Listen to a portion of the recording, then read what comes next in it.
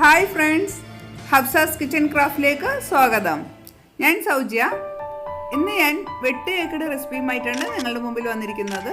നമുക്ക് എങ്ങനെ വീട്ടിൽ എളുപ്പത്തിൽ ഈ വെട്ട് കേക്ക് ഉണ്ടാക്കാമെന്ന് നോക്കാം. അതിനായിട്ട് ഞാൻ ഈ കപ്പിന് 3 കപ്പാണ് മൈദ എടുത്തിട്ടുള്ളത്. അതിലേക്ക് 3 മുട്ടയും വാനില എസൻസും ബേക്കിംഗ് പൗഡർ, ബേക്കിംഗ് സോഡ, പഞ്ചസാര 1 കപ്പ് എന്നിങ്ങനെ എടുത്തിട്ടുണ്ട്.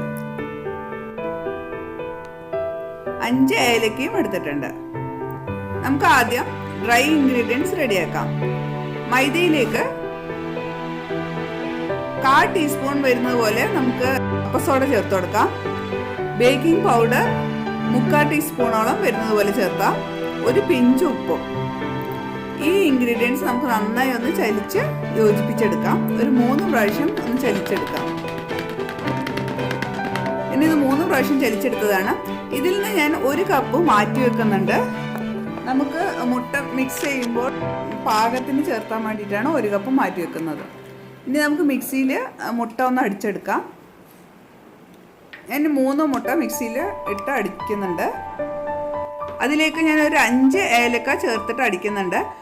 ഏലക്ക പൊടി ഉണ്ടെങ്കിൽ അത് ചേർത്തുന്നതാണ് നല്ലത്, അല്ലെങ്കിൽ പഞ്ചസാരയിൽ ആദ്യം പൊടിച്ചെടുത്ത് ചേർത്താം. ഞാൻ എളുപ്പത്തിലുള്ളതാണ് കാണിക്കുന്നത്. ഞാൻ ആ മുട്ടയിൽ തന്നെ 1 കപ്പ് പഞ്ചസാര ഇട്ട് അടിക്കുന്നുണ്ട്. ഏലക്കയും അതിൽ തന്നെ ഇട്ട് അടിക്കുന്നുണ്ട്. നമ്മൾ ആദ്യം പൊടിക്കാതെ ചേർത്തുന്നത് കൊണ്ട് ഈ ഏലക്ക ഇതുപോലെ കിടക്കും. ആ തോലുകൾ എടുത്ത് മാറ്റാം നമുക്ക്. അതുപോലെ വാനില എസൻസും ചേർത്ത് ഒന്ന് അടിച്ചതിന് ശേഷം നമുക്കത് ആ ഡ്രൈ ഇൻഗ്രീഡിയൻസായ മൈദയിലേക്ക് ഒഴിച്ചു കൊടുക്കാം. നന്നായി ഒന്ന് മിക്സ് ചെയ്തെടുക്കണം ഡ്രൈ ഇൻഗ്രീഡിയൻസ്. നമുക്ക് ഈ ബാറ്റർ മൈദയിലേക്ക് ഒഴിച്ച് നന്നായി ഒന്ന് മിക്സ് ചെയ്തെടുക്കാം. ഞാൻ പറഞ്ഞിരുന്നു 1 കപ്പ് മൈദ മാറ്റി വെക്കാൻ. നമുക്ക് ഈ ബാറ്റർ മുട്ടൻ്റെ അളവിനനുസരിച്ചാണ് നമുക്ക് ബാറ്റർ ഉണ്ടാവുക. അപ്പോൾ നമ്മൾ മിക്സ് ചെയ്തെടുക്കുമ്പോൾ കൂടിപ്പോകാതിരിക്കാൻ വേണ്ടിയിട്ടാണ് ഞാൻ അതിന് മാറ്റി വെക്കാൻ പറഞ്ഞത്. എനിക്കിവിടെ 3 കപ്പിന് 3 മുട്ട കറക്റ്റായി വന്നു. അതുപോലെ 1 കപ്പ് പഞ്ചസാരയും 1 ടേബിൾ സ്പൂൺ നെയ്യും ചേർത്ത് നന്നായി കുഴച്ചെടുക്കാം. പിന്നെ വേണമെങ്കിൽ ഇതിലോട്ട് നമുക്ക് 1 ടേബിൾ സ്പൂൺ റവ കൂടി ചേർത്ത് കൊടുക്കാം, ഒരു തരിതരിപ്പിന് വേണ്ടിയിട്ട് കേക്കിൽ. എനിക്കിത് കൃത്യം ചപ്പാത്തി മാവിൻ്റെ അളവിൽ, ഈ അളവിലാണ് നമുക്ക് വേണ്ടത്. ഒട്ടാൻ പാടില്ല കയ്യിൽ. അതുപോലെ ഇത് ഞാൻ 2 മണിക്കൂറോളം റെസ്റ്റിന് വെച്ചിട്ടാണ് എടുത്തിട്ടുള്ളത്.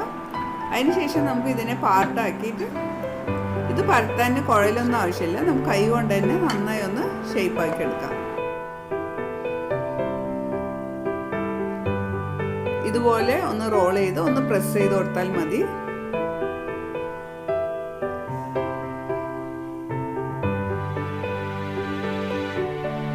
ഈ അറ്റം മുറിച്ച് മാറ്റാം.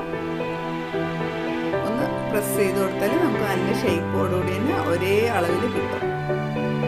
നമുക്കിത് എന്നിട്ട് ഏത് ഷേപ്പിൽ വേണം അതുപോലെ കട്ട് ചെയ്തെടുക്കാം. ഞാൻ അത്ര വലിയ കേക്കല്ല ഉണ്ടാക്കിയിരിക്കുന്നത്, ചെറിയ ചെറിയ അളവിൽ. അതിൻ്റെ നമുക്ക് ഇതിലിടുമ്പോൾ നല്ല വലിപ്പമുള്ള കേക്ക് തന്നെയാണ് കിട്ടുക. അതുകൊണ്ട് അധികം വലിപ്പമുള്ളത് ഉണ്ടാക്കേണ്ട ആവശ്യമില്ല. എന്നിട്ട് ഇതുപോലെ ആ കേക്കിൻ്റെ ഇടയിൽ നമുക്ക് ഇങ്ങനെ ഒന്ന് വരഞ്ഞു കൊടുക്കണം. നമുക്ക് ഡയമണ്ട് ഷേപ്പിൽ വേണമെങ്കിൽ ഡയമണ്ട് ഷേപ്പിൽ, അല്ലെങ്കിൽ ഫ്ലവർ ഷേപ്പിലാണെങ്കിൽ അങ്ങനെ കട്ട് ചെയ്ത് കൊടുക്കാം. ഇതിൽ പല രീതിയിൽ കാണിക്കുന്നുണ്ട് എങ്ങനെ കട്ട് ചെയ്യണം എന്നുള്ളത്.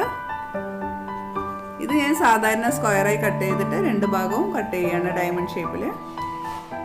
ഈ കേക്കിൻ്റെ റെസിപ്പി ഞാൻ മമ്മിൻ്റെ കയ്യിൽ നിന്നാണ് പഠിച്ചത്. പണ്ട് മമ്മി പെരുന്നാൾ രാവിലെ സ്ഥിരമായിട്ട് ഉണ്ടാക്കുന്ന ഒരു കേക്കാണിത്. കേക്കിൽ ഇങ്ങനെ വരയ്ക്കുമ്പോൾ കത്തിയിൽ ഒട്ടിപ്പിടിക്കുകയാണെങ്കിൽ കത്തിയിൽ കുറച്ച് നെയ്യ് തേച്ച് കൊടുക്കാവുന്നതാണ്.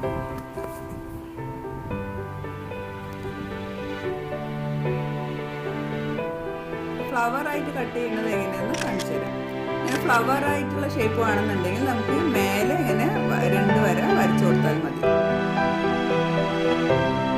ഞാനതൊന്ന് ഫ്രൈ ചെയ്യാൻ വേണ്ടി ഒരു പാൻ വെച്ച് അതിലോട്ട് എണ്ണ ഒഴിച്ച് കൊടുത്തിട്ടുണ്ട്. എണ്ണ നന്നായി ചൂടായതും നമുക്ക് ഇട്ട് കൊടുക്കാം. പക്ഷെ ഇട്ടതിന് ശേഷം അപ്പോൾ തന്നെ നമുക്ക് സ്ലോ ആക്കണം, അല്ലെങ്കിൽ പെട്ടെന്ന് കരിഞ്ഞു പോകും. സിമ്മിൽ വെച്ചിട്ട് വേണം അത് ഫ്രൈ ചെയ്തെടുക്കാൻ.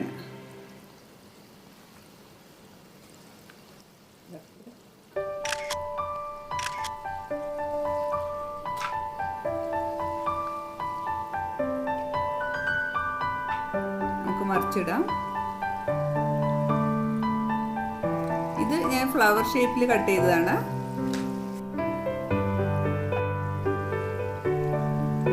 നമ്മളിത് ഫ്രൈ ചെയ്ത് അധികം ഡാർക്ക് ബ്രൗൺ ആകുന്നവരെ വെയിറ്റ് ചെയ്യേണ്ട ആവശ്യമില്ല.